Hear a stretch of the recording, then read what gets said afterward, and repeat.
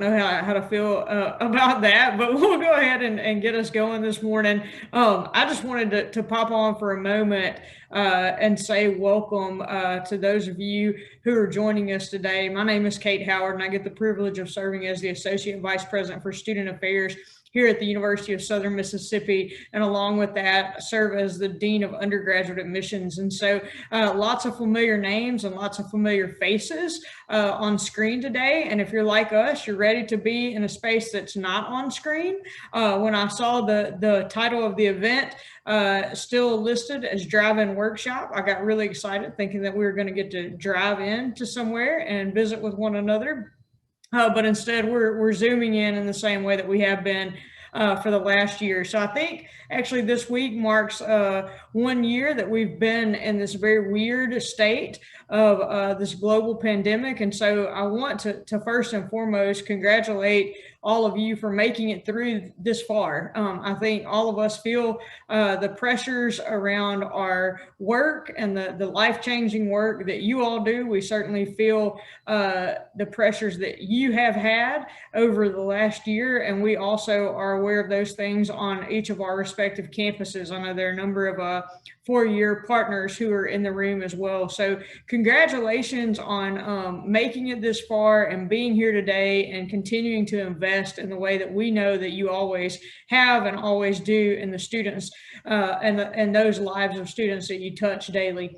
We could not do our work in college admissions or at the collegiate level without our partners in the K-12 world and our partners throughout the state in various organizations. And so on behalf of the University of Southern Mississippi and SACAC, we want to thank you for your continued interest and work towards getting students to that next level. For some of you, that next level just means moving them on to the high school world, while others means moving them into a collegiate track, or even still moving them to become engaged citizens in the community. So really excited to spend the next couple hours with you today, and excited to have such a great group on to visit with and get some updates and participate in some professional development, maybe in a unique way compared to what we're accustomed to this time of year, but also a way that we know is just truly important. And so again, we want to welcome you this morning. We're excited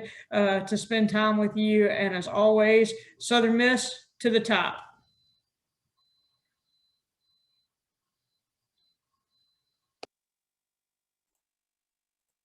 Good morning, everyone. My name is Aaron Flowers, and I serve as the Director of Advisement and Recruitment at the Gulf Park campus of the University of Southern Mississippi. And I also serve as the Vice President of the South for Macro. And we are so honored to have you all here with us today. I'm smiling because it feels like a family reunion to see so many familiar faces here in our participant column. And just thank you all for spending a little bit of your time this morning with us.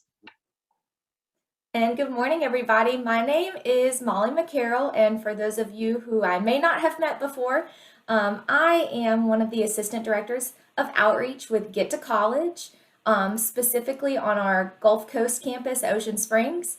And hopefully most of you are familiar with Get to College, and I'm going to share a little bit about some things that we're doing. But if you're not familiar with who we are, we're a free college planning center for students in the state of Mississippi. Where we kind of essentially do what that is, college planning, whether it's FAFSA or helping students apply for colleges, scholarships. So most of you probably are familiar with who we are and what we do, but today I'm kind of here in a little bit of a different capacity. So I, over this last year, along with Aaron and other officers through Macro, have been helping to kind of plan and prepare and get ready these Macro virtual college fairs.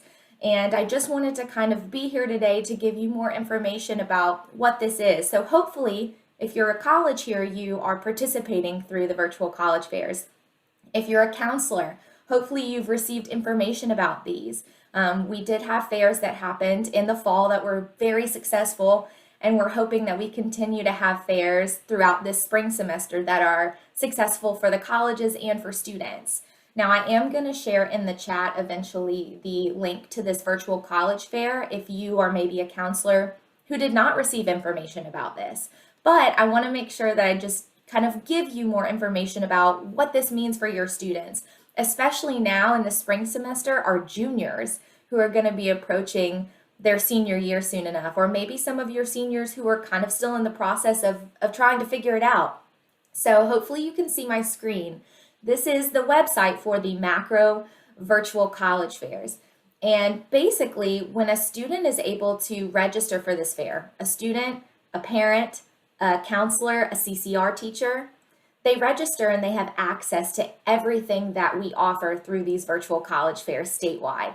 So when a student registers, they can attend more than just one virtual college fair experience. So I just wanted to be able to show you this, show you what students would be able to kind of have access to.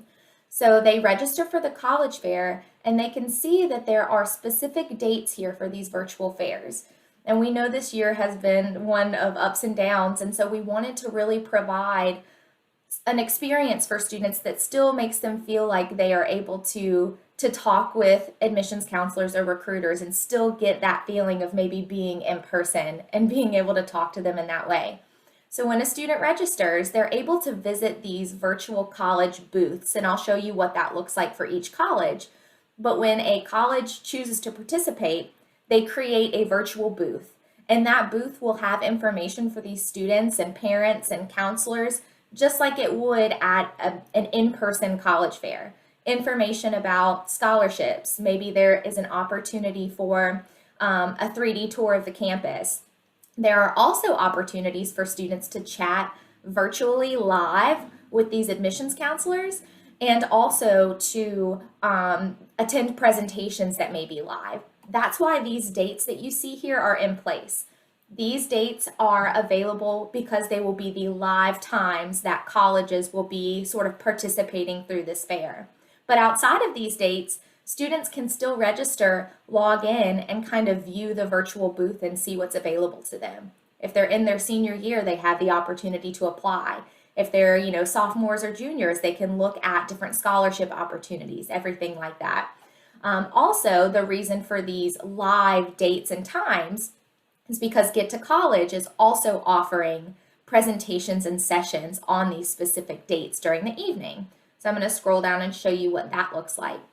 So you can see our next virtual college fair is March 11th. It's on Thursday. So students have the opportunity to attend a session, whether it's financial aid, college fit, ACT prep, which we know is a huge thing for students. And even if a student is becoming a college athlete, they can meet with Tori and hear more about what they need to know about that process. And so we really just feel like this is a great opportunity for students to really participate, really still engage and meet with some of these colleges. And we want to just, to make sure if you weren't aware that these were happening, this is a really great way for you to push that information out to families, to students, to use this as an opportunity for our CCR classes. And Aaron, I'm going to share this in the chat as well, just the link to this website.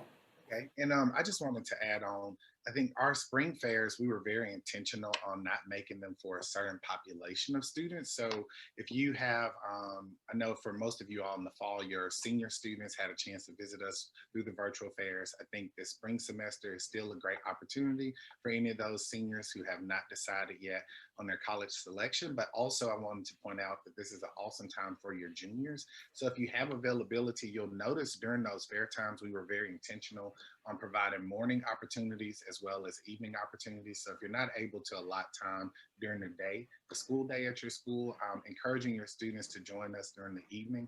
As Molly pointed out, that they can have access to these virtual booths at any time.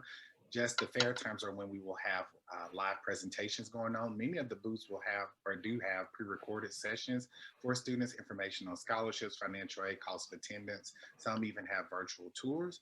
Many of our universities throughout the state have upcoming junior preview days. And so we really want to try to make sure that we're getting information to students as quickly as possible so that they'll have access to take advantage of the campus visit opportunities that our institutions are hosting throughout the spring.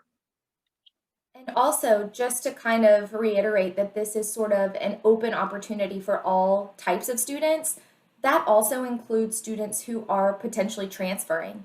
Or if you have access or, engage in any type of way with an adult status student, this is a really great opportunity, not just for our high school students, but for those students that you may encounter. And so we really hoped that this would be an opportunity for all different kinds of students. Now, Erin, let me know if my screen for any reason doesn't change. Can you see a new page? Awesome. I always like to make sure with screen sharing, you never know. But I wanted to show you that this is what a student will see when they log in to attend the virtual college fair. They can click on any of these colleges that are listed and they can visit their virtual booth. And that virtual booth will give them all of the information that they would essentially receive if they were attending an in-person fair. And that also gives them the access to those live virtual chats or presentations. And so this is really an awesome opportunity for those students, and specifically, like Erin was saying, just the different ways that they can engage, the different times and dates. And so hopefully this is information that you can use and give to your students, CCR teachers, whoever it might be. Now also, on top of these virtual college fairs, I just also wanted to share some information regarding Get to College as well. And so I'm going to switch over to our Get to College page. For our counselors, I just want to make sure that you know about some professional development opportunities.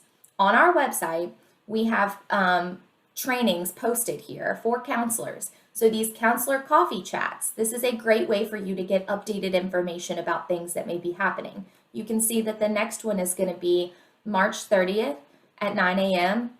Erin, you can see the screen, right? Awesome. Okay. So you can see that there's going to be a representative from the National Board for Counselor Certification. So this is going to be a great discussion and chance for you to answer or get any questions, that you may have as a counselor, get those answered. This is something that you can register for on our website for Get to College. So just make sure you know that we are here for you as a counselor through these professional development and training opportunities. But also, if you as a counselor or even as a college representative or recruiter, you have students who are looking for ways to book an appointment with us to fill out their FAFSA, if maybe they have not done that yet and they're in their senior year, please know that we have FAFSA Friday appointments that can be booked through Get to College, but also we have evening appointments as well that can happen for your students. So of course, everything that we offer is free. And so make sure that if your student, if you're a college recruiter or students in Mississippi, our counselors, your students, they are able to book these appointments through us if they need that help and assistance with filing their FAFSA. And so just know we're here as a resource to you. I hope that this information was helpful and that you're able to kind of get this information out to our students about these virtual college fairs, but also about the opportunities that students have to book these appointments through us at Get to College. So thank y'all so much for your time. And Erin, if there's anything else that you need to add or feel like you need to, but I appreciate y'all having me on today. Also, the only thing I wanted to add to that, Molly, was that I know many of you all and some of your students may prefer face-to-face or more in-person opportunities to help with completing the FAFSA. And so many of our college representatives, we've also been trained in FAFSA completion. And so feel free to reach out if you're closer to a local university within your community. Feel free to call the financial aid or admissions office, and we'll be more than happy at most institutions to be able to help your students submit the FAFSA and get that done in a more in-person manner. We wanted to open the floor to our counselors too to ask any questions, especially about the virtual college fairs. If you all have any questions for us, one of the questions I believe we get the most regularly about these virtual fairs are about registration. So for your students, they will need to register independently. Each student will need to do their own registration. One of the pros of this system is that when students complete their registration, they're able to submit their information to various colleges that they visit in the booth. And so if you all remember in the in-person college fairs, everyone's stopping at the table to fill out that white card and give each school their individual information. They just have to do that one time on the registration, and it's as simple as a click to get that information to the various universities that they're interested in attending.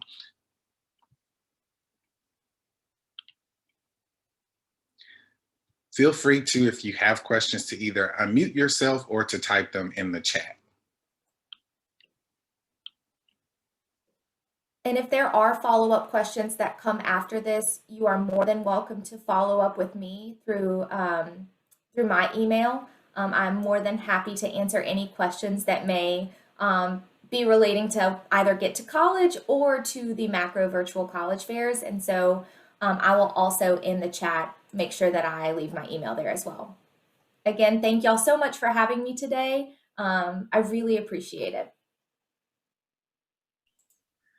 Yeah, thank you all so much. And if you do have questions, please feel free to reach out to me or Molly. I'm going to place my contact information in the chat as well. And we would love to just ask you to help us encourage your students to join us through these virtual fairs, and have a great spring semester.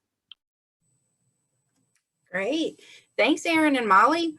Good morning, everybody. My name is Laurie Benvenuti. I am our State and Area Initiatives Chair for the state of Mississippi with SACAC. So we're very excited that y'all could join us virtually, and we're very much looking forward to when we can be together in person, which I think is coming soon.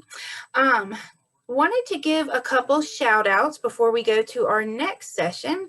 Kayla Weathers and Aaron Flowers are our SACAC drive-in chairs.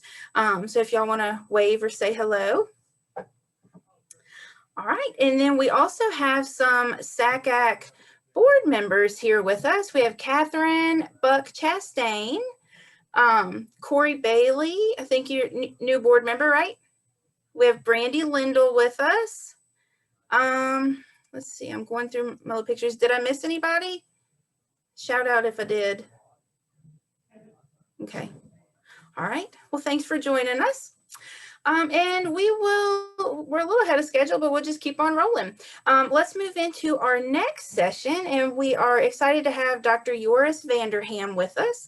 And he is a professor in the Division of Marine Science here at Southern Miss, and that is one of our flagship programs. So we will turn it over to you, Dr. Vanderham. Yeah, thank you very much. I appreciate it. It's a pleasure being here. I have some slides to share. But I do not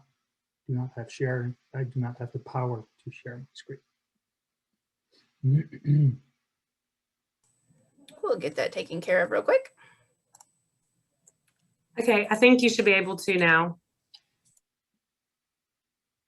There we go.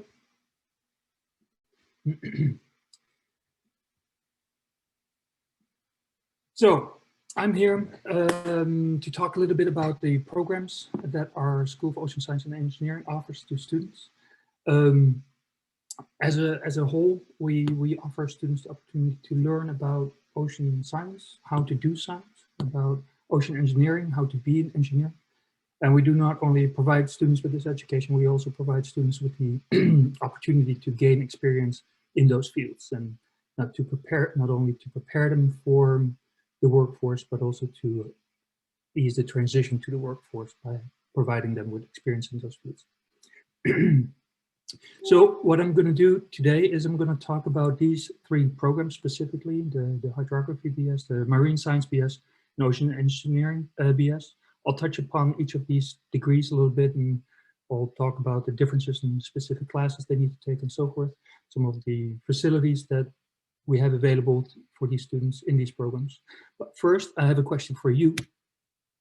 Yes, quiz, right? Probably nobody told you there will be a quiz today. So I have a question for you. Specifically, what kind of work do you think students would like to do after they graduate with one of these degrees, right? With an ocean science or an ocean engineering degree.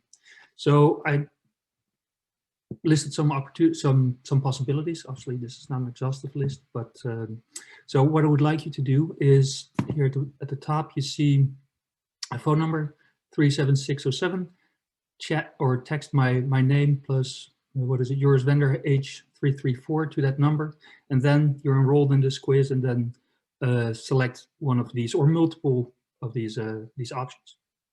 And even Aaron, if you're not, a guidance counselor, you can still participate. And then obviously it will be updated live.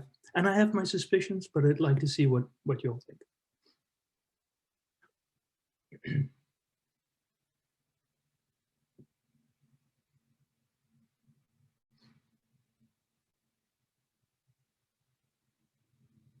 And you can also do it online if you prefer to do that, of course.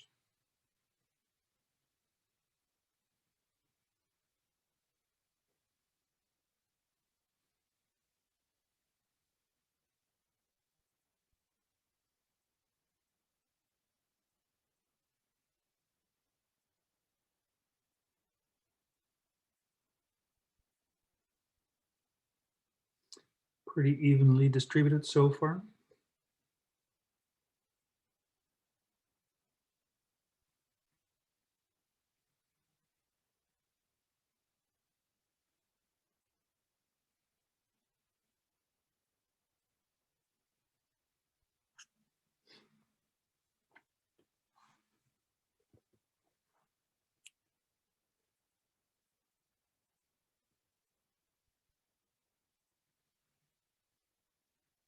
I'm going to give it a few more minutes.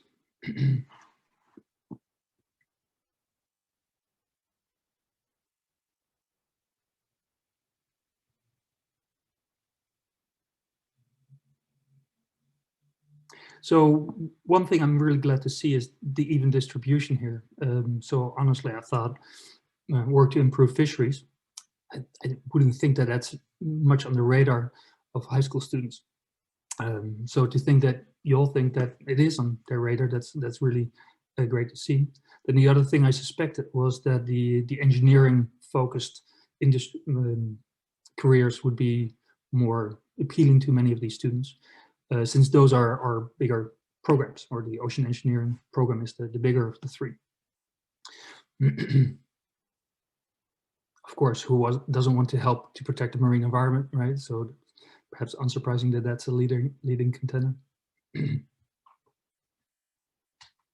A maritime industry, that's not something that is on everybody's, not an ideal career. That's somewhat surprising.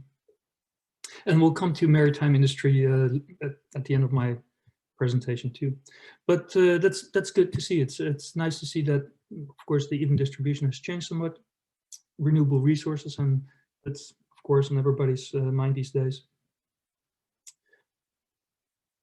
But it's nice to see. And of course, what this also demonstrates is the diversity of the career fields that students can go into with these types of degrees.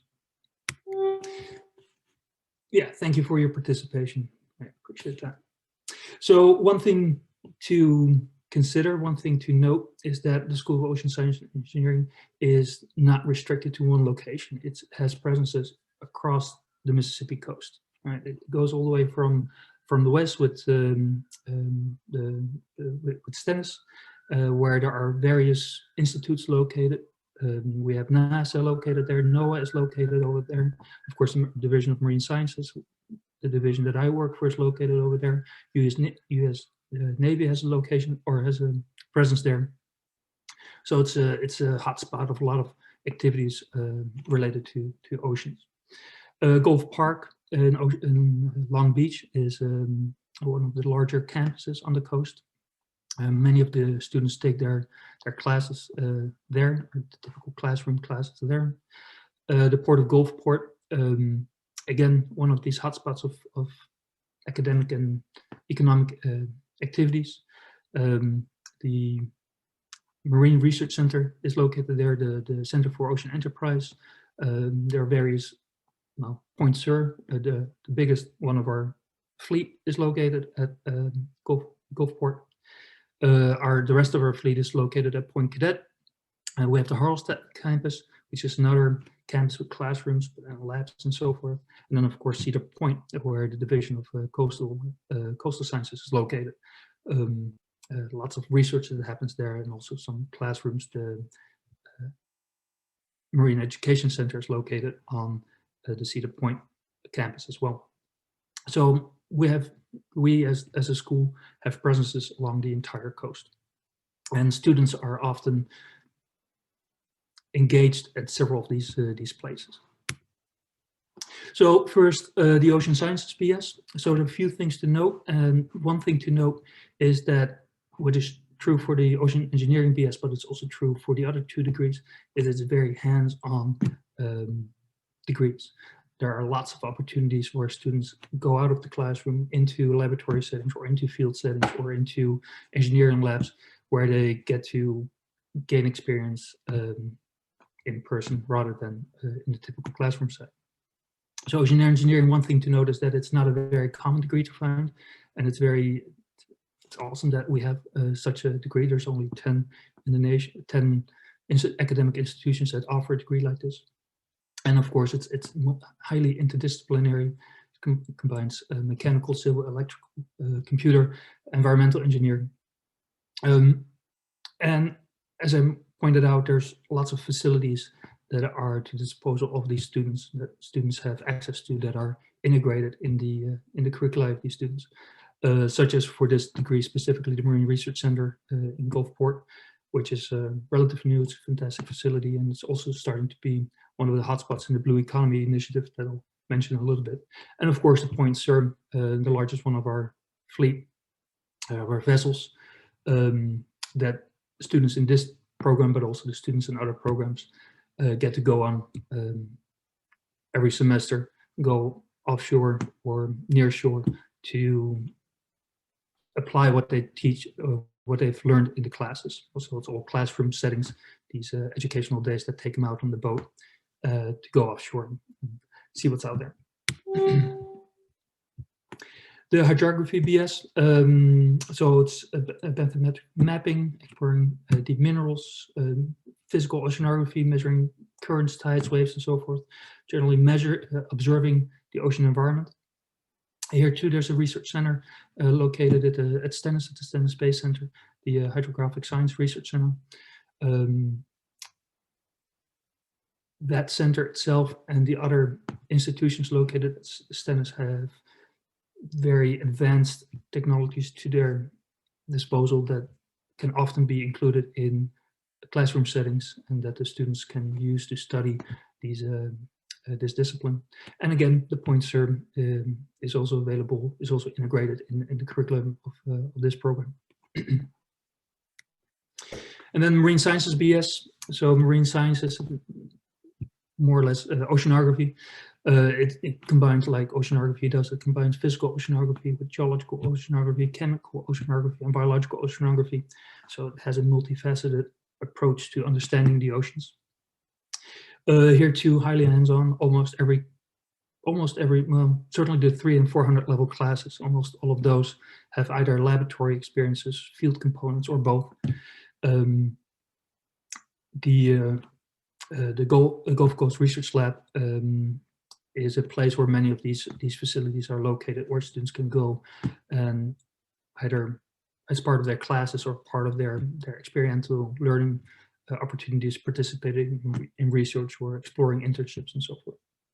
And again, the Point CERN students that pursue this program not only go out on the Point CERN, and they also use the smaller vessels quite a bit for the near shore and inshore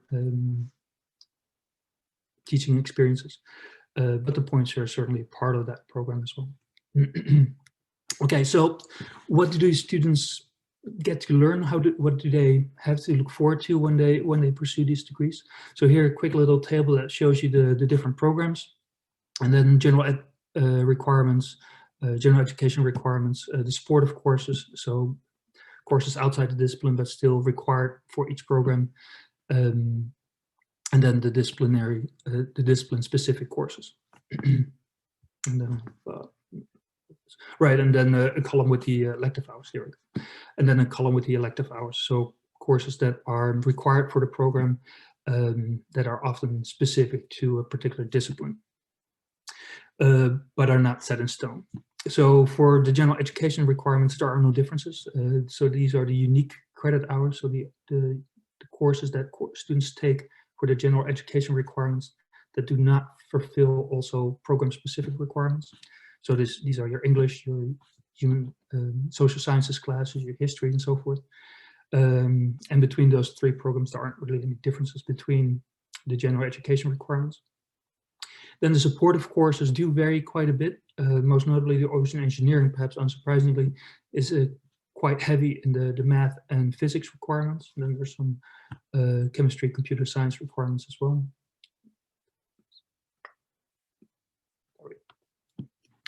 Whereas the hydrography and the marine science supportive courses are very similar. They might be,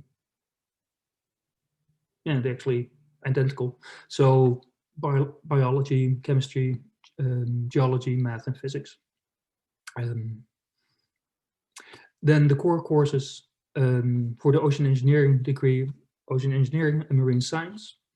Hydrography, the core courses are a little bit more diverse. That program includes both specific geography, hydrography, marine science, and math classes that those students need to take. And the marine science degree is entirely composed, the core of the marine sciences program is entirely composed out of marine science courses.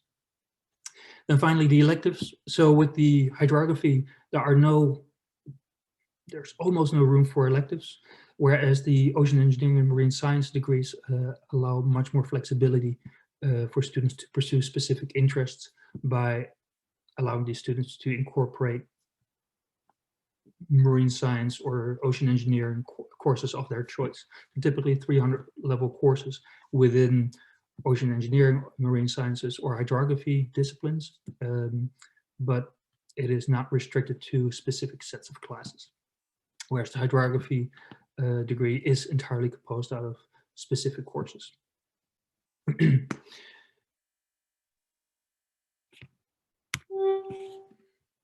Okay, so last little 3 slides I wanted to point out is just to bring the Blue Economy Initiative to your attention. So Blue Economy in general is, I found this definition somewhere, the sum of all economic activity having to do with oceans, seas, harbors, ports, and coastal zones. So maritime industries, right, and more. Maritime industries and agricultural industries.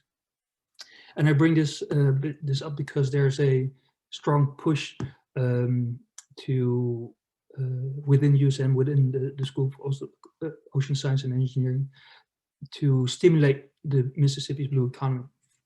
And this is great. It's, you know, there's lots of development, mostly centered around a blue economy innovation district in Gulfport, where there's so it's not concentrated, but it's the central hub of this initiative. Of course, there are resources along the entire Mississippi coast, and this hub is, as I point out here, intended as a catalyst for startup activity and to appeal to new enterprises. But it's relevant to you and to students because this provides a enormous amount of internship opportunities. Once internship experiences established, it paves the way for entry-level professional positions at one of very many organizations and businesses. And these are just lists of 2 categories of these businesses, the uncrewed maritime systems and the agricultural systems, where there's currently a lot of development, not only in Mississippi, but elsewhere as well. So we as an academic institute teach students about ocean science and engineering. And then we prepare them for these career fields by providing by facilitating these internship opportunities. And this prepares them well for these careers, but it also eases the transition from the classroom, from an academic environment to the professional workforce. By pursuing these internship opportunities, they do not only get an experience of what it's like to be an entry-level professional, it also allows them to develop their networks and to lay the foundation for employment opportunities once they graduate. That's what I had on my side of things. Yep.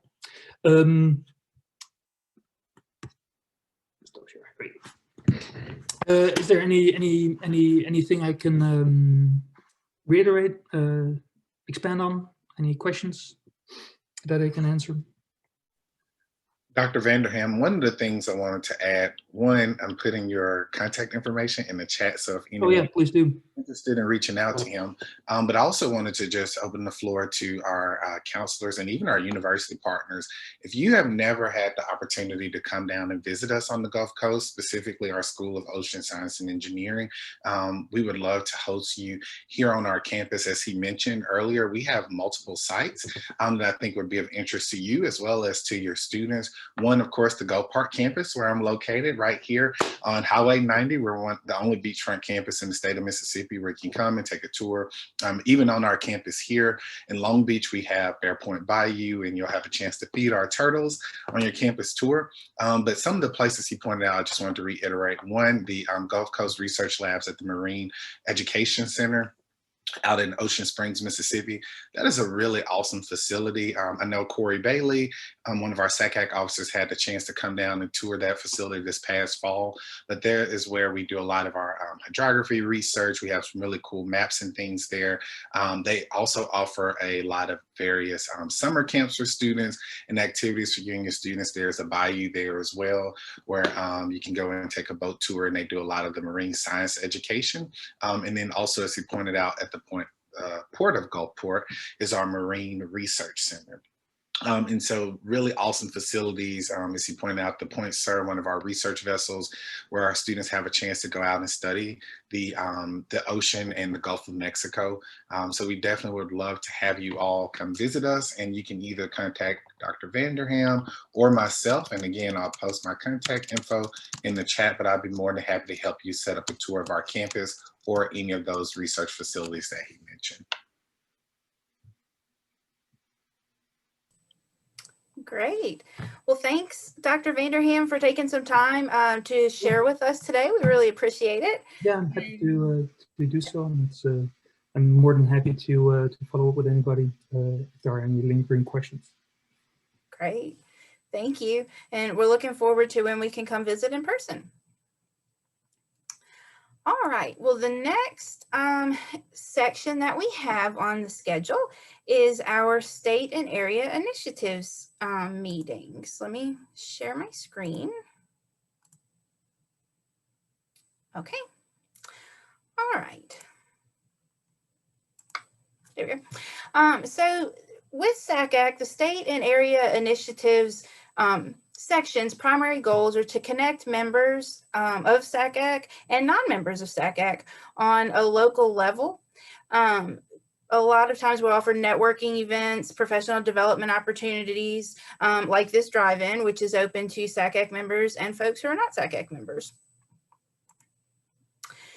Our big upcoming event that we have is the SACAC virtual conference, and this is free this year, so very excited. You can join free if you're a SACAC member, if you are a public school counselor. Pretty much it's just going to be a great opportunity for you to get information that you might not necessarily get. A lot of times it's hard to get away from school for long enough to go to a conference. Sometimes we might not, more than not times we might not have funding to go. So this is free, and you'll be able to pop in, during your day as your time allows. So we really encourage you to go to sacac.org and just see a little bit more information about the conference, see if that's something that you might find beneficial. And we would love to have you join us virtually. And then next year, have you join us in person.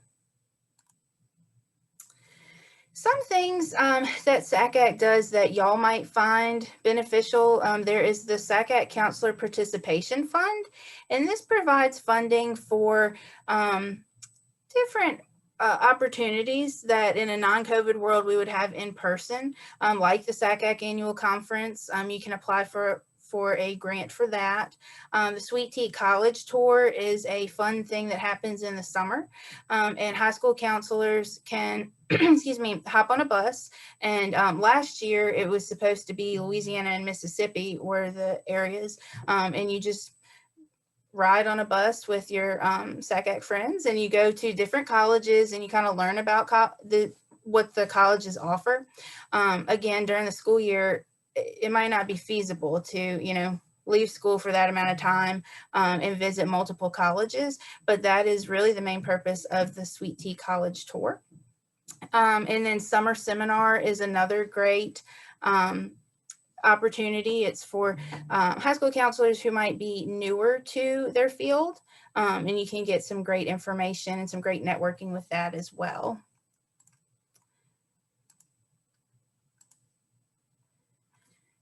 Does anyone have any new business or questions? Feel free to just shout it out, type it in the chat. Any questions about SACAC or any of the information that we've covered?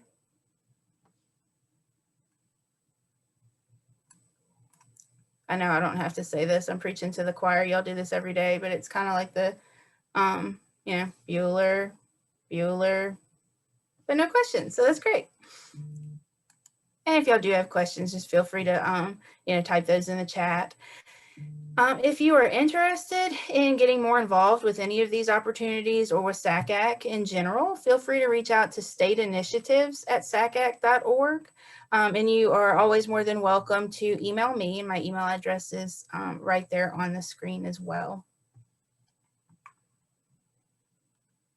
All right. Doesn't look like any questions. So if that's the case, I think we have our next presenter in here with us. And our next presenter is Michelle Howard, and she is a counselor with our Southern Miss Student Counseling Center. And she'll tell us a lot more about the services that the Student Counseling Center offers, but we're very thankful that we have this on our campus. It's free to students. And it's a great just tool for students. If they ever need to talk to someone, they can go right here on campus. So Michelle, are you ready to, I'm gonna stop sharing my screen. Hi, everyone. Yes, my name is Michelle Howard. I am a counselor here at the University of Southern Mississippi, and I'm happy to be here today to talk to y'all. I'm about to pull up my screen. Just give me 1 second. I'm about to share my screen. And while I'm doing that, I definitely, want to tell you a little bit about our services and what we offer here. But I also too, wanted to talk about self-care during this time. I know I tell you this, I've experienced, personally and professionally, really rough times during this pandemic. And so I thought it'd be really nice to have something brief to go over, some self-care for, especially for counselors or just caregivers during this time. And when I say this, I don't mean just by you guys, I mean by myself too, for all of us. A lot of this information I'm going to go over, we may already know, and it might be a review, but it's a good reinforcement.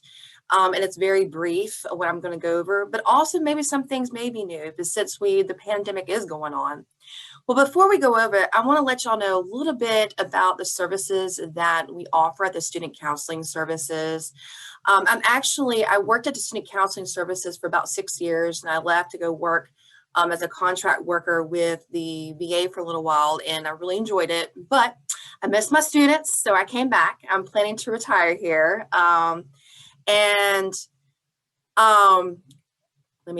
got people coming in. Hold on for a second. But I'm planning to retire here. I'm trying to, give me 1 second.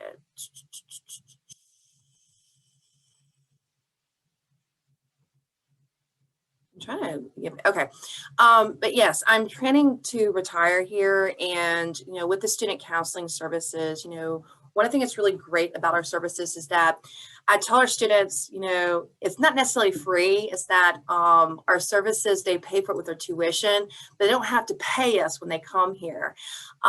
We offer both face-to-face and also Zoom sessions for all of our students. We offer a lot of groups right now. We actually have a face-to-face group we're offering right now too, but we offer both.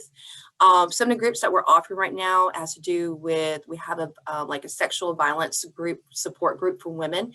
We also have some groups for interpersonal skills groups, and also some skills groups that we're doing. But we also do a lot of outreaches for our students, and also for parents, for faculty. And we also have emergency services that we offer for our students, because we understand, sometimes, problems don't happen just from 8 to 5 during the day, but they also happen after 5 and on the weekends. So we do have an emergency services for our students, and we have a counselor that's on call. I just want to let y'all know my presentation that I'm doing today is that everybody's going to get a copy of the PowerPoint, and it has my information at the end of the PowerPoint. If you have any questions, like regarding with the student counseling services, or questions about my PowerPoint, or just have questions for me, definitely feel free to be able to ask me. I know for me, sometimes I can't think about questions at a time during like a presentation. Sometimes I'll think about things later. And then, sometimes, I have questions I want to ask and I really don't want to talk about, in front of others. So I understand that.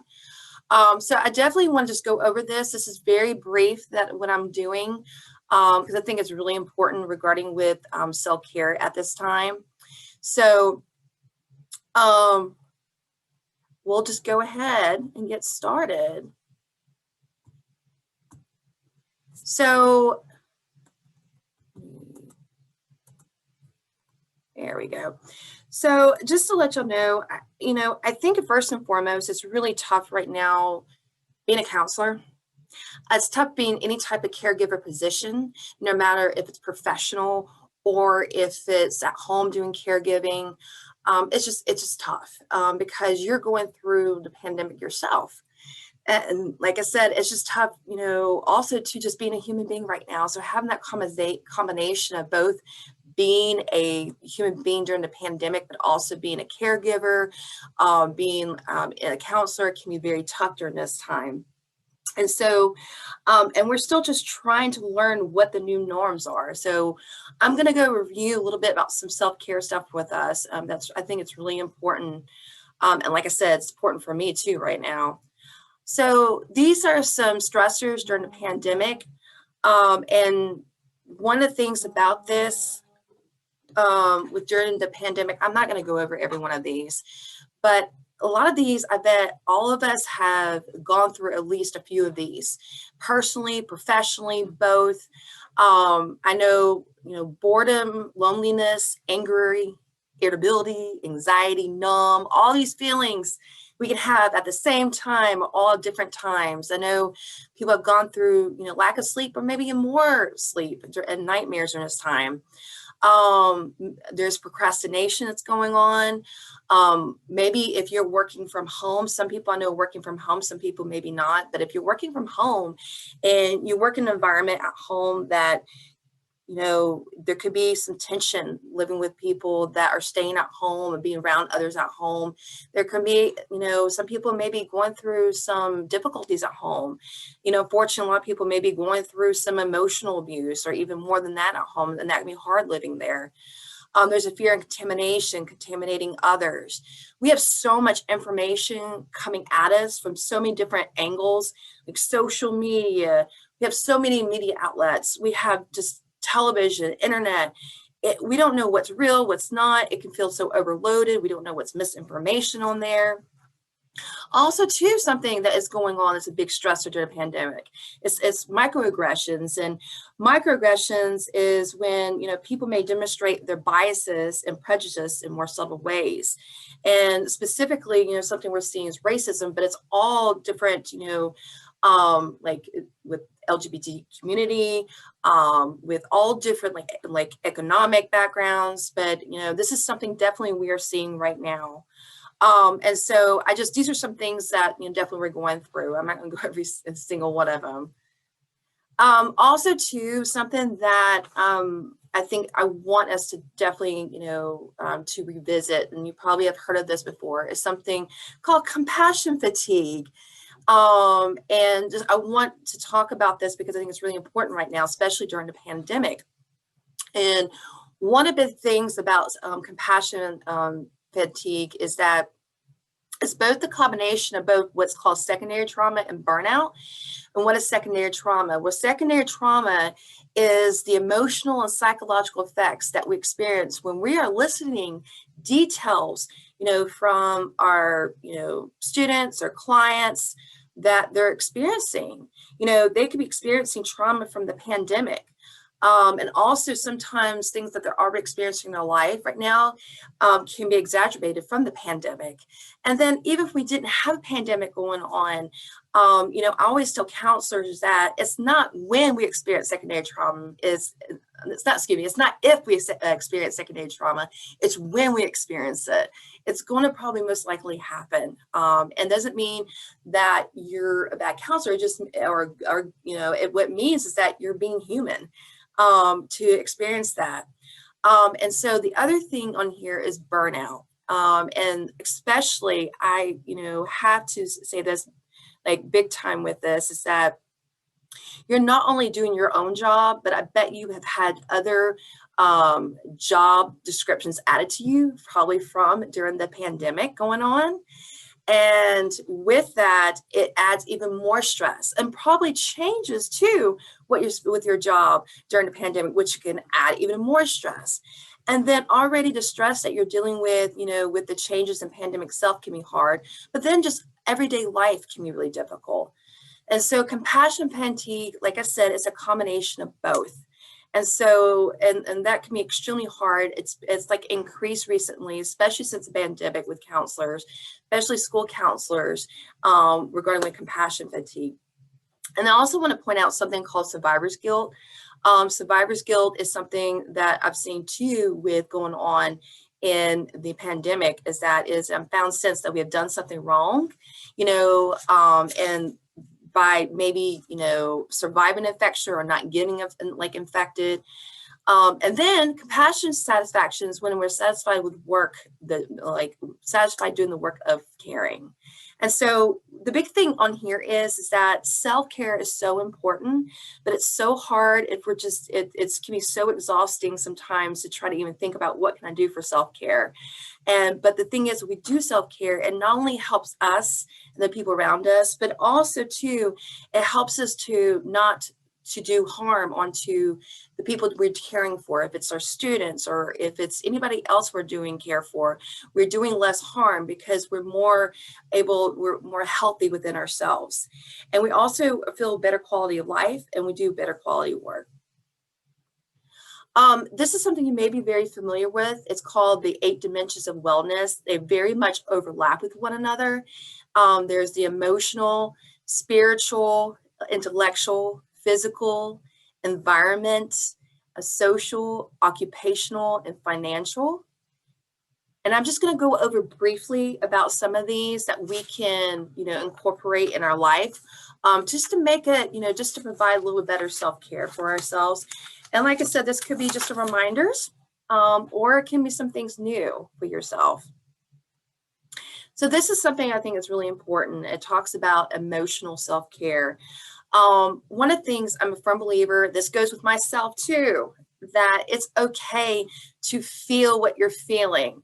Whatever it is, there's a reason why you're feeling that way, and be able to tell and validate yourself that it's okay to feel this way, that you're allowed to feel this. What is unhealthy is that we want to judge ourselves for what we're feeling. Is being accepting with what we're feeling, even if we're not sure what we're feeling, saying that is okay. Also too, is right now is a time to recognize, you know, what you can and cannot control at this time, because it's so easy to focus on things outside of us, and that makes us even more stressed out, more anxious, and cause more burnout, and also can cause more issues, you know, with not able to provide the best self-care. Also, journaling can be helpful. I tell you this, my mind can feel so chaotic, and sometimes for writing or doing anything creative can be helpful, because writing might not be for you. Doing something else, and it can help kind of like organize your thoughts, or organize your emotions a little bit better and more understanding. I think it's good to have like affirmations around you, like any type of positive or helpful sayings, you know, write them down, say them in the morning, or have them around you at work, or have them around you when you're at home, or both. Having a gratitude journal can be very helpful, or just like, you know, waking up in the morning, saying what I'm gracious about, or before you go to bed. One of the other big things is being compassionate to self. ask yourself like what you're saying to yourself. You know, are you being kind to what you say to yourself? Are you how are you treating your body? You know, are you being unkind to your body? Like how you brush your hair or how you get, you know, get dressed. You know, are you being rough with yourself? It's being, you know, just to try to be kind with yourself. So also too, on here, let me get back. Is like also too, a big thing is go to counseling. Practice what we preach. I'm gonna tell you guys, I go to counseling as a counselor off and on. I believe it's healthy for me. I believe it helps me not to do harm to my clients. But also I think it's best, the reason why I really do it is for myself, for self-care. So intellectual self-care, and believe me, all these overlap again with each other, but during this time, it's also too is important to make sure that you're doing things that recharge you, energize you, stimulate you, you know, find enjoyable activities that promote rest and relaxation, encourage your creativity. Doesn't have to be anything huge or big. It can be cooking, it can be knitting, drawing, reading, whatever it is. Also, it's a time to find or discover hobbies that you used to enjoy. If there's anything that you haven't done like in 15, 20 years and like, wow, that'd be kind of cool to still do again. It doesn't have to be anything big, you know, it can be something small. Like I remember I used to play board games. Hey, you know, doing something like that. This is a really good time too to update your knowledge about your field too, because so much is changing right now. Just within just the past 2 or 3 years, this is a great time to re-educate yourself. One of the big things I know that I'm having to work on for myself is to limit your exposure to social media and news. There is a recommendation. I know it can be very difficult depending on what you're doing for a living or just, you know, what you're used to, but, you know, having twice a day to limit yourself to news and social media. The reason why there has been recent research proven that you're going to have prolonged trauma anxiety symptoms when you more expose yourself to like what's going on, like with the pandemic and disasters. It can be really tough. It definitely can be tough. Also too, you know, one of the big things is, you know, we talk about social distancing, and one of the things I've seen with my students and also even I've seen with friends and colleagues that, you know, have a tendency to socially isolate. And I really think it's important right now is to recognize that social distancing is not isolating yourself. And that I know things are starting to open up in a lot of places, but I know we're still, a lot of us are trying to still be mindful, knowing that, you know, we still can't, you know, still can't be as how it used to be exactly, and still having to do that 6-foot rule. These are some ways to stay connected. You know, I bet maybe some of y'all have been doing this, and maybe these are some ways that can help you. Any type of programs, apps, FaceTime, Zoom, you know, that you can use with your friends and family. The biggest thing is like all the people that you think about your support that you talked to offline before the pandemic. Try to bring that support online with you. I always encourage, think about 5 people in your life that are important to you. And it can be friends, family, it can be colleagues. It can also be, you know, professionals in your life. Also too, you know, another thing can be helpful is eat meals together with people you live with, or maybe through online. Get outside. It's so healthy for you. Go take walks. The outdoors is not banned, so we can interact with each other outside. And also too, I think it's important to, you know, tell others and remind others how grateful you are of them. And you can be really creative with this. You know, you can make things for them. You can write letters for them. It can make you feel good and also make others feeling really appreciated. Physical self-care. This is something I'm telling you, I'm struggling with myself since the regarding with the pandemic. It can be very tough for ourselves. And these are some things that can, you know, I'm still trying to implant, like practice for myself. One of the things is to get dressed, shower, and take breaks to eat at consistent times for yourself.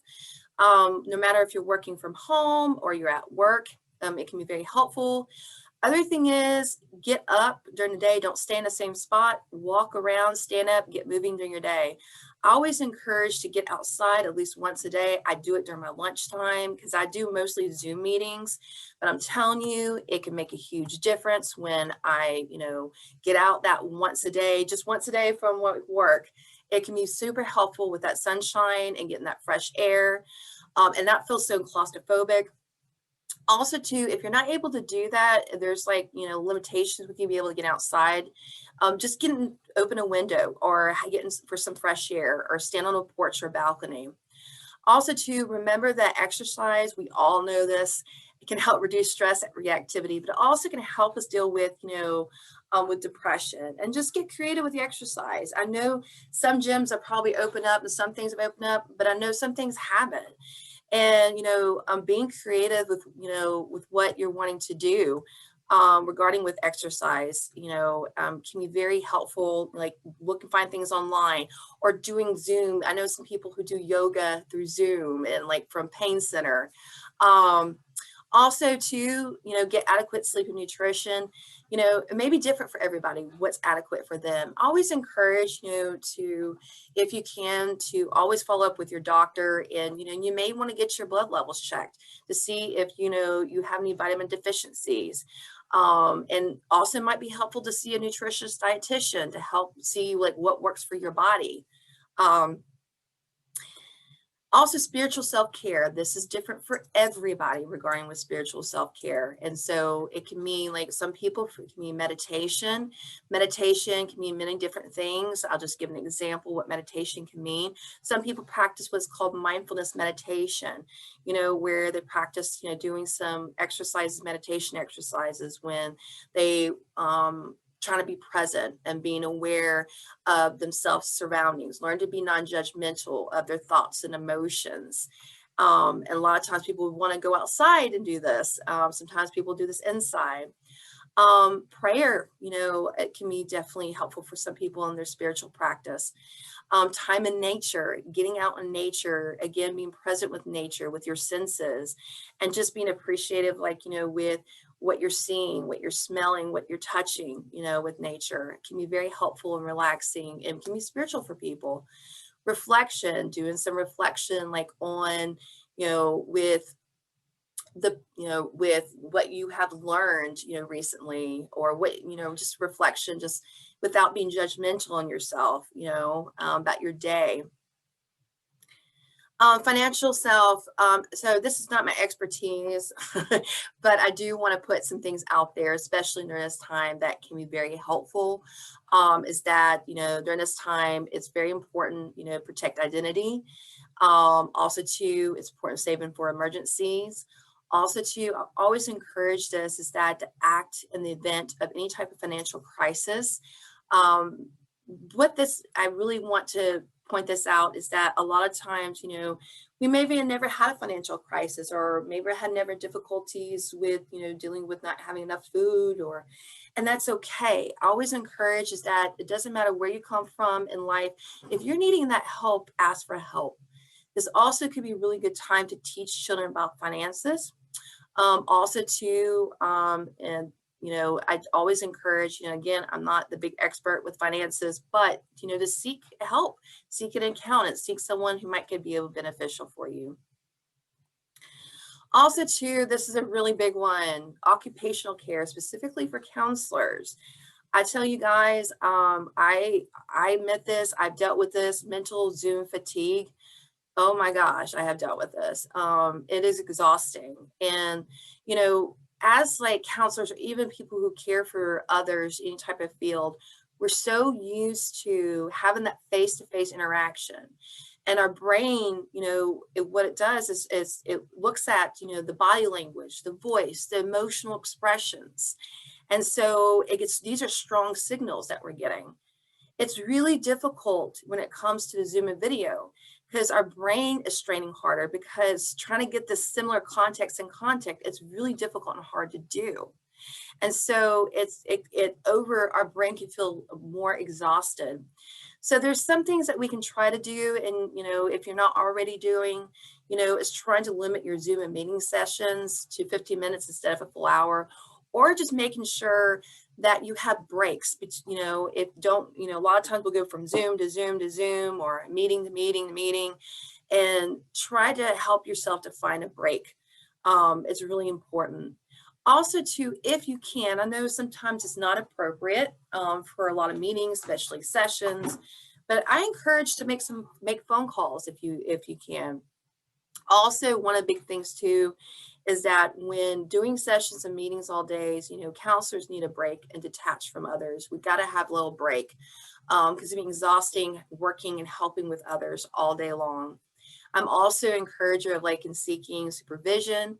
Also, I think it's really important. Also, peer consultation. You know, sometimes if not just, you know, getting, you know, if you're needing help with something, maybe just to talk and get some things out if you feel like that you trust these people. Another big thing, you know, is setting boundaries. Setting boundaries with your time is very important right now. It's very important to have a weekday schedule and a weekend schedule. It can be flexible, but I think it's really can be very important. Also too, if you're working at home or you have, you know, it can be sometimes hard to try to find boundaries if you have loved ones there, it could be kids or others. But remember that, you know, it's okay to set boundaries, you know, with others. You know, you're not obligated just because you're at home to spend time with them. Read your inner cues and know that it's okay to set boundaries with others in order to protect your emotional well-being. You know, just understand yourself, what you're needing and not needing. Surround yourself with positivity information. I think I've already put that out there. Also too, is set boundaries with your space. This goes with, you know, either or if you're working from home or you're at work, is that it's really important that, you know, when we work from home, you know, is be able to separate your space from like your workspace and your home space for yourself. And it's also too, you know, one of the big things that's really important is that, you know, be able to differentiate between your spaces, like for yourself. And also too, when you're done with work, you know, if you're working at home, do something that helps in the day. You know, it can be very helpful, give that closure. If you have an office at home, close that office, take a walk, you know, or change clothes. Environment kind of goes with what I was just talking about.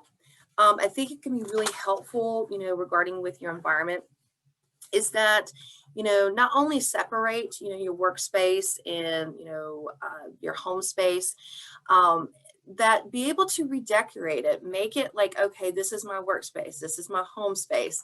I understand some people are back at work, you know, and if you've had the same space at work and, you know, it's been the same like surroundings around you, may want to change it out. It might be beneficial and helpful for you. I also encourage any type of space with, if it's no matter home or if it's dealing with workspace, to make your space soothing for you. Think about what's soothing to your senses. Think about, you know, what is, you know, what do you like to look at? What is pleasurable for you with colors? You know, what do you like to see? Think about what you know, like to smell, like if you certain smells, you know, what are pleasurable for you. Here, you may want to have like, you know, certain noise, like noises in there, maybe with like we're not in session that are soothing to you. It's just as important to make it soothing for you. And also too, I think it's really important to make sure you're feeling safe. If you're working at home, especially, you know, if you feel always anytime unsafe emotionally, physically, is to contact local help. And at work, if you feel that way, to contact local help. These are some mobile apps that we may be all familiar with. A lot of these have just free trials, but I like them because they're separated with, you know, with the Calm, that meditation, Headspace, mindfulness, Strides has a habit tracker, Fitness Pal Health, and we have a gratitude journal one. It's very helpful. So that's a little bit about the self-care, you know, I think it's really important. And I have my information on the bottom of here if you have any questions regarding with what I was talking about, or if you just, you know, have questions regarding with student counseling services. So that is what I have. Thank you so much, Michelle. Does anybody have any questions or comments or anything for Michelle? Okay. Well, that was phenomenal. I probably could have used a lot of that information maybe 9 or 10 months ago, but it's wonderful now. Right, exactly. And like, you know, when I was setting up this presentation, I was thinking, well, there's a lot of things starting to open up now. We got people coming back to work now. And so it's just like, okay, we're kind of learning as we go. and I want to recognize it's like right now, it's kind of one of those things are opening up, but then some things are not. So it's really confusing. And I just tell people, just be mindful. You know, I just think we never know when we have to go back and isolate ourselves again. Like when I say isolate, but like having to not work from home fully again, so we can know these things and learn. Because I want to tell you this, I've struggled with this myself, and I'm really appreciative with my fellow counselors I work with, because we talk about this because this is new for us. As you know, for a lot of us counselors, this is so new. If you're in any type of caregiving position or any type of position you're helping others, this is so new. And so it's not only like you're trying to help yourself, but you're trying to help others. And then you're also trying to figure out what to do to help others. So it can be very tough. Yeah, that's been the motto of the past year, isn't it? We're learning as we go for everybody. Right.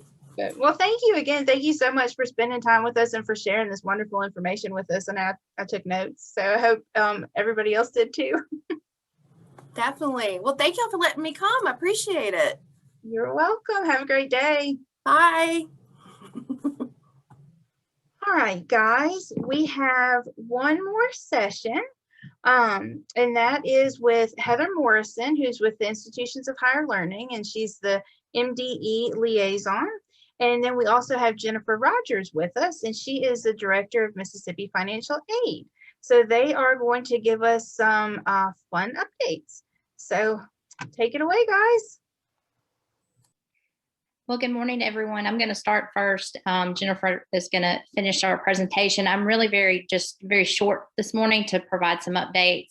As you said, I'm housed at the Institutions of Higher Learning, but I work for MDE as well. I serve as the Director of P20 Partnerships. And for lack of a better definition, and my friends from Get to College and Jennifer hear this all the time, I speak K-12 language to higher ed and higher ed language to K-12. So I'm that person that tries to help make those connections. If you notice in the chat, I've placed a link. All of our counselors are very, very familiar with this. We're coming into the beginning of our new Mississippi Diploma endorsement options. They begin with the class of 2022. That's our current juniors this year. So I know counselors have been preparing for those students and already looking at pre-registration and courses for the juniors next year. I encourage you, if you have any questions, please don't hesitate to reach out to me. We hosted, and I say we, the Office of Secondary Ed, Wendy Clemens, Marla Davis, and several others hosted a webinar a couple of weeks ago with questions about the diploma endorsement options. Wendy, I checked with her earlier, and she said it was going to be posted on our secondary ed web page. So I know that you're familiar with it, and I don't want to spend time going over those, but if you have any questions, please don't hesitate to reach out to us. The second highlight that I wanted to discuss today was the College and Career Readiness course. This is the new course that is required for graduation for these current juniors.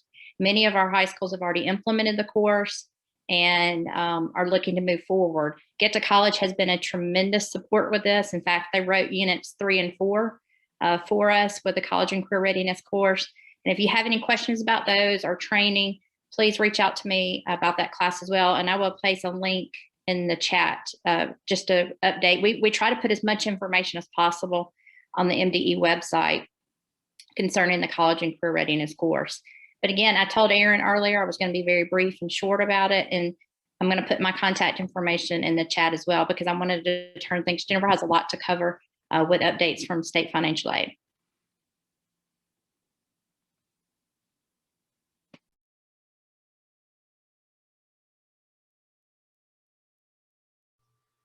So I'm going to attempt to share my screen here if I can. Let's see.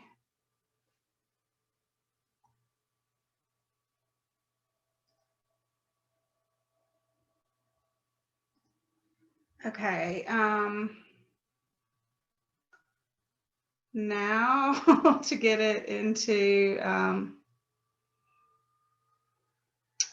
presentation mode. Y'all bear with me just a sec.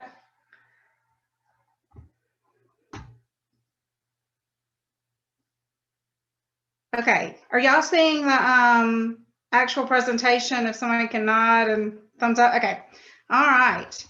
Well, hello everybody. It is good to be with you today. I really hate that we are still not able to meet in person. I feel like I haven't seen any counselor faces in over a year, probably more like 18 months since MCA 2 years ago. But I'm really hoping that we can resume normal operations, hopefully before the end of the year, certainly by next spring. Despite all the challenges that we have faced, I want to assure you that we continue to be committed to doing our best to help you get your students set up for maximizing their opportunities after high school. So we are continuing to do our normal operations, even though, as you can see, I'm still working from home, and I could have used those tips like a year ago too. But I want to start by, I tend to assume that every counselor who attends these training events is absolutely 100% familiar with all of our state financial aid programs. But I've found out that that's not always the case, so I don't want to assume anything. So I'm going to spend just a few minutes briefly going over the 3 main grant programs that are available from the state of Mississippi. This is very 30,000-foot high-level overview. If you want more information on any of these programs, you can visit our website at www.msfinancialaid.org. Many of you, I'm sure, are also very familiar with the folks that get to college. If you are more comfortable reaching out to them, they too have lots of information on these programs. They are well versed and know probably as much as we do about them. They are always willing to answer questions. And of course, you can call us and contact us directly by phone as well. The primary program that we have been, pushing in recent years is the HELP grant, and that is our primary need-based grant for the state. Students must be at least partially Pell eligible. They have to meet income limitations. They have to score at least a 20 on the ACT, have a 2.5 GPA, and they have to take the HELP core curriculum, which we're going to review a little bit later. But the awesome thing about the HELP grant is that it awards full tuition. So that's full tuition at a community college, full tuition at a public university, and a similar amount as what you would get at a public at a private institution. So this is an extremely generous grant program. The next one is the Mississippi Tuition Assistance Grant. This is kind of like a residency grant. Basically, Mississippi residents who are not full Pell eligible. So this kind of picks up where the federal need-based aid leaves off. Are eligible for this grant. They do have to have a 15 on the ACT and a 2.5 GPA. And the grant awards $500 a year for freshmen and sophomores and $1,000 a year for juniors and seniors. And then finally, the Mississippi Eminent Scholars Grant is our primary merit-based grant. And students must have a 29 on the ACT or a 3.5 GPA. And these awards, this grant awards $2,500 per year. For all 3 programs, and this is important for your students to know because they may not just naturally know this, students have to enroll in and complete 15 credit hours each term, which is what we consider to be full-time for state aid purposes. 12 hours is really the norm of what students think of as full-time. We consider it to be 15. Okay, I'm gonna move on. Okay, so how do students apply for all of this aid? Every year, the Mississippi Aid Application, which is commonly known as MAP, opens on October 1st. This is the same day that the FAFSA, which is the Federal Aid Application, opens. And here on the screen, you can see a look at the first page of the aid application. This is actually last year's, but it's the same this year. The map is really simple. It takes less than 10 minutes to complete. The folks over at Get to College will probably tell you they can do it in about a minute or two. Unlike the FAFSA, it does not require any financial information or linking to external data sources. It's very straightforward. We encourage all graduating high school students to complete the map and the FAFSA. Really, we encourage FAFSA first, but definitely do the map so that you are set up and have completed every application, just in case you're going, you know, in case things change. One of my primary messages to you today too is to please encourage your students to complete both the FAFSA and the map. Unfortunately, due to the pandemic, we have seen major drops in FAFSA completion this year. And map completion is also down. For graduating high school students, we're down generally about 3 to 4%, 3.5%. And for graduating high school students, we're actually down 19% from last year. So please, please, please encourage your students to complete the map and complete the FAFSA so that they have everything that they need if they choose to go to college next year. And hopefully that's what they will do. Let's see.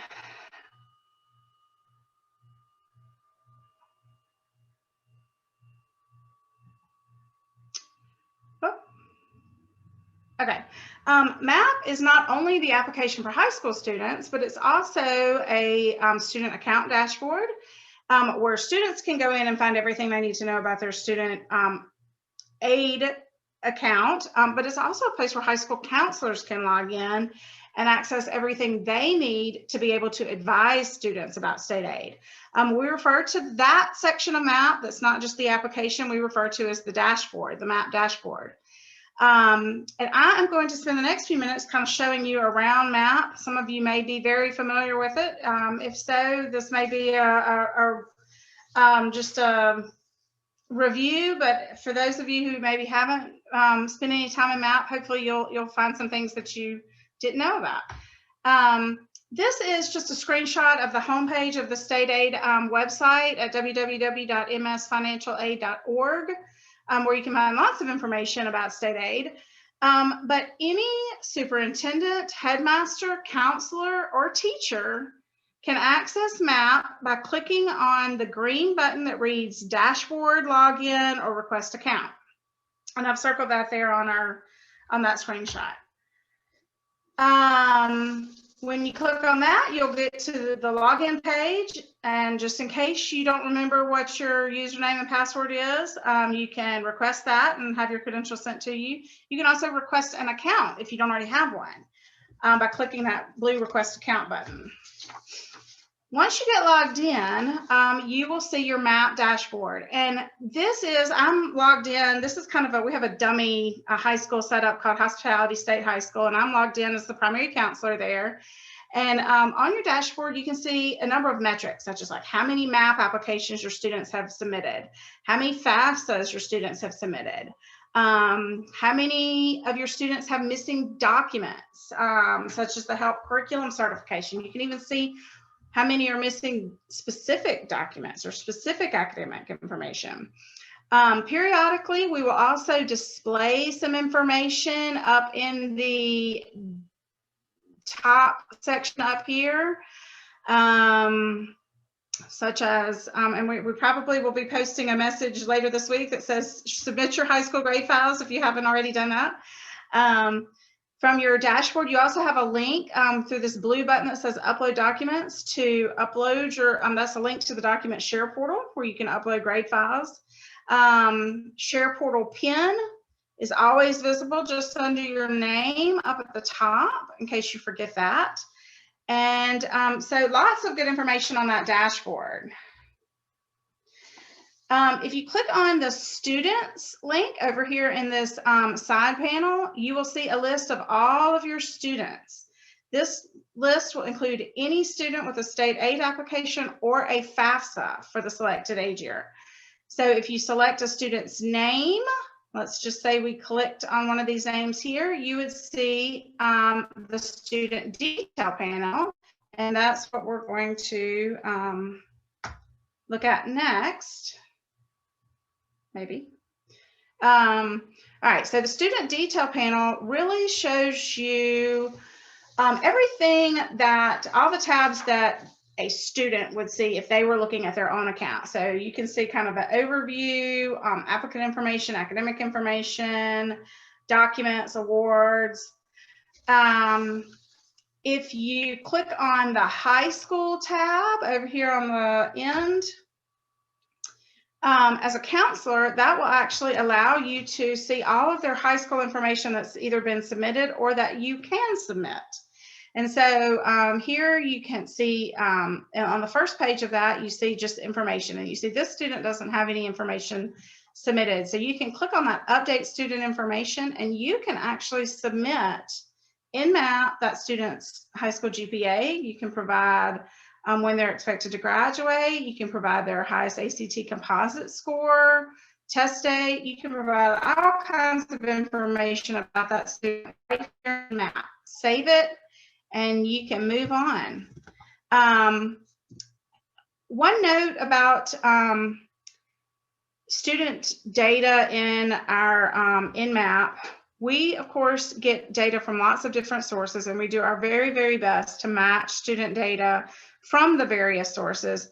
Sometimes this isn't possible because, as you know, students don't always use the same information from one application to another. Sometimes they go by Bubba, but really their name is Robert, or they go by, their parent helps them fill it out, and the parent accidentally, puts their own birth date in instead of the student's birth date. My child and I'm an August 26th, and hers is August 19th, and I'm forever accidentally putting my birth date, month, and day with her year, and vice versa. So I have made that same mistake that I complain about many times myself.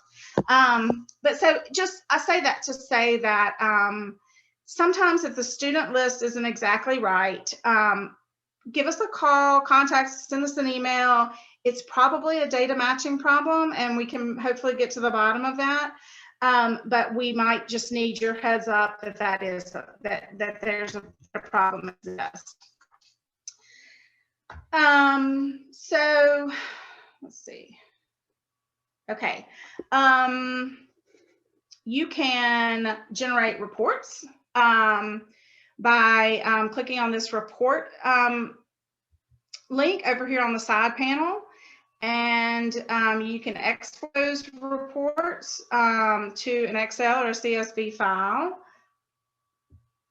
You can view your activity log. So you can see anything that you've done in MAP. If you've logged in and you've made updates to an account, you'll be able to see that here in the activity log. You will also be able to update your personal settings. You can change your email address, your password.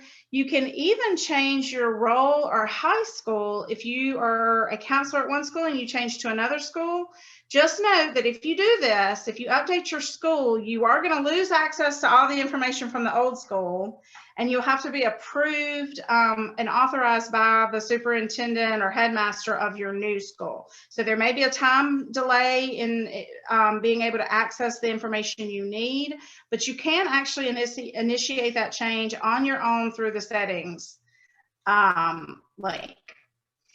Just to note that your document share portal also appears on this page as well. So I'm going to talk just through a few other updates. ACT super scores. We have been getting lots and lots and lots of questions about ACT super scores. So just a little bit of background before I give you the bad news. A couple of years ago, ACT announced that it would begin publishing ACT super scores in September of 2020. And as you probably already know, an ACT super score is just a composite, but it's calculated from the highest subject test scores, English, reading, math, and science, across all the students' administrations of the test. So if the student has taken the test 3 or 4 times, they may have a highest subscore from all 4 tests. And we would pull all those different highest subscores together and make one super score. So ACT informed us that the super scores would be included on the score reports of students.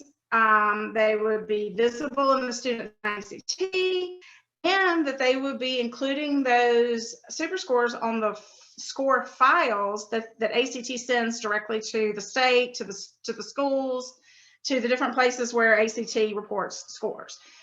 So with this information, understanding that this is all happening in September 2020, the IHL board voted to accept ACT super scores for admission. Other colleges and universities followed suit. And the financial aid board, which is separate from the IHL board, also voted to accept super scores for state aid eligibility. But in creating that policy, the board was very specific that we would only accept official ACT super scores calculated by ACT and appearing on an official ACT score report. ACT super scores would be accepted for new applicants only, beginning with the 21-22 application cycle, which is what we're in now, and that SFA would not be allowed to calculate ACT super scores, and that counselors should not manually calculate super scores for reporting to us. So that brings us to today. And unfortunately, ACT has postponed the publishing of super scores due to COVID-19.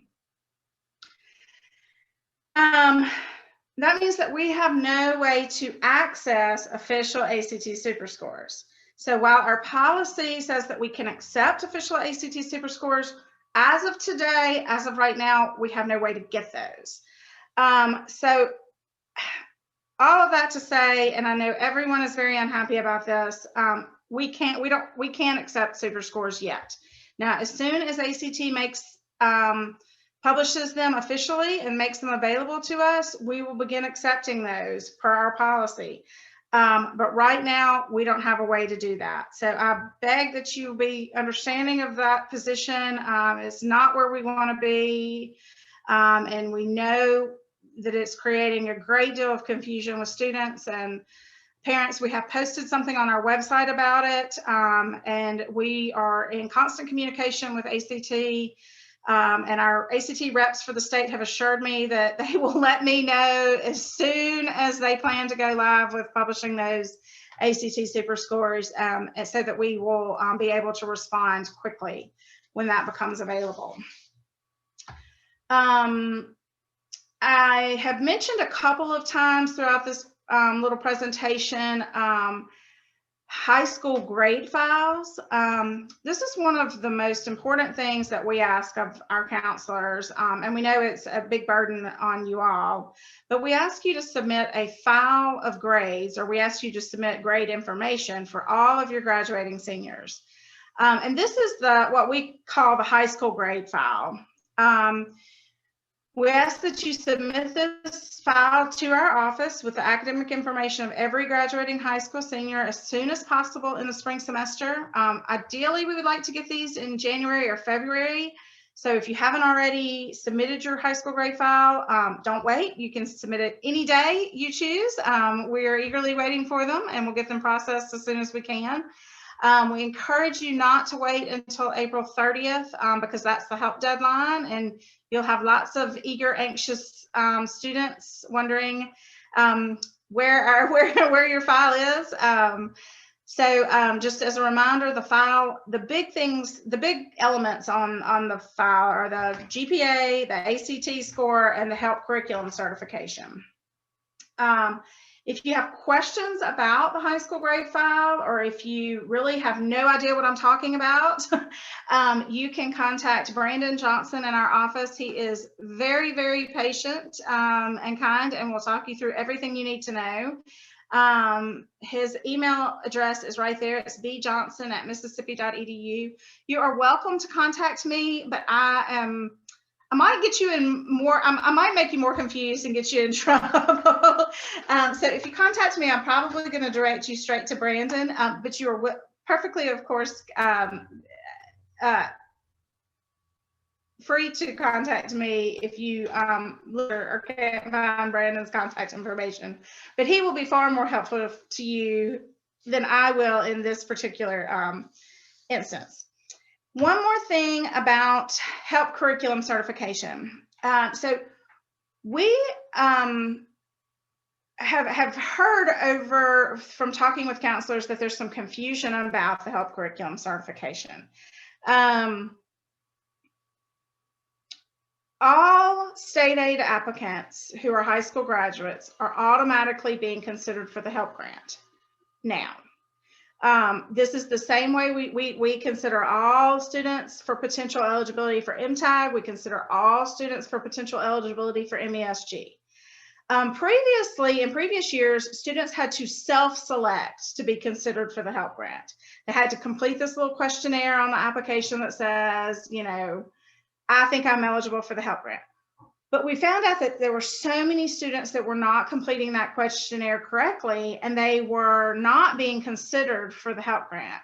And because it is such a valuable grant, and it really makes a difference between college going and not for so many students, we decided to take the guesswork out of it. And so now we just automatically consider any student as potentially eligible for the HELP grant. But in doing that, we have to get more information from other sources. And one of those things that we need to know is we need to know whether a student has actually completed the HELP core curriculum. So we ask counselors to look at their students and say, this student has completed a HELP curriculum, this student has not. So the HELP curriculum certification, when you certify, you are only certifying that the student has or has not completed a certain curriculum. You are not certifying that the student is 100% eligible for HELP and meets all the other criteria. You're not certifying that they have a 20 plus on the ACT. You're not certifying that they have the GPA. You are not certifying that they meet the income requirements, because we're going to do that full evaluation. All we need for you to certify is this student took the HELP curriculum or this student did not take the HELP curriculum. The HELP curriculum, if you don't know what that is it is the same curriculum as the IHL required college prep curriculum, the CPC, plus one additional advanced elective. That's for this year's graduates. Next year, that is changing because the IHL required CPC is changing. But for now, for today, for this year's 2021 graduates, you just need to certify that the students have taken the IHL required CPC plus one advanced elective, or they have not. And that really is all the updates. Those are all the updates that I have. I'm happy to answer any questions you may have, but on behalf of the Office of Student Financial Aid, I wish you all a successful conclusion to the year. I know it's been a most challenging one, and please know that we certainly appreciate all the work that you do. Thanks so much, Jennifer and Heather. Does anybody have any questions for them? I'm super excited that students are automatically getting applied for HELP. It's such a phenomenal financial piece for students, and so many students, you know, didn't know about it, didn't know they qualified. So I'm very excited about that. Yeah, so. It's made a difference in the last couple of years since we've been doing that. Mm-hmm. Great. Well, thank y'all so much for all that information. Before we break for the day, I wanted to give Catherine Buck-Chastain just a minute to introduce herself and say hi. Hey everybody, my name is Catherine Buck Chastain and I serve as one of the State and Area Initiative co-chairs for SACAC. And I just wanted to give a huge shout out to Laurie and Aaron and Kayla and the work that they do for SACAC in Mississippi with the state meetings and the drive-in. Truly, you guys have an amazing team that is working, and I am so blessed to be able to get to interact with them. And we look forward to, like everyone has said, hopefully seeing the 2021-2022 academic year bring us in-person SAI events again. I think we will all be eager to see that happen. But I cannot thank this team enough, and Laurie for her leadership over SAI. So I just wanted to say a quick thank you. And I hope, like Laurie mentioned, the SACAC conference is free for public school counselors, free for anybody who works with a CBO, as well as free for anyone who works with HBCUs. And we would love to have you all join us, as well as free for all of our members. So going to be a great way for us to connect and at least see each other's faces over the screen. And so please consider joining us for that. But thank you, Laurie. Thanks, Catherine. And, well, you know, as much as we love in-person events, one thing that virtual has allowed us to do is, like, Catherine was here to join us today, and in real in-person events, she probably wouldn't be here. Probably it's the same for some of you who were able to log in today, who, if we had it in person, you might not have been able to take a day away from school. So that is the one silver lining that we have with our virtual events. But I very much will be excited to get back to, you know, making a name tag and putting it on and sitting at a table. So that wraps up our virtual drive-in this year. Thank you all so much for joining us. We did want to let you know that Southern Miss has a myriad of virtual events still left this semester for your students. Tonight we actually have an event specifically for students from the Jackson area who've been admitted to Southern Miss. So hopefully if you were from that area, your students have registered for that event. If not too late to do that. And we do have full campus tours Monday through Friday, both on our Hattiesburg campus, and we have virtual tours Monday through Friday. And you can visit with our Hattiesburg folks, our Gulf Coast folks. So there's still a lot of ways where you and your students can get in touch with us here at Southern Miss. So if there are no further questions, again, thank you so much for spending time with us, and we will hopefully see you at the SACAC conference next month.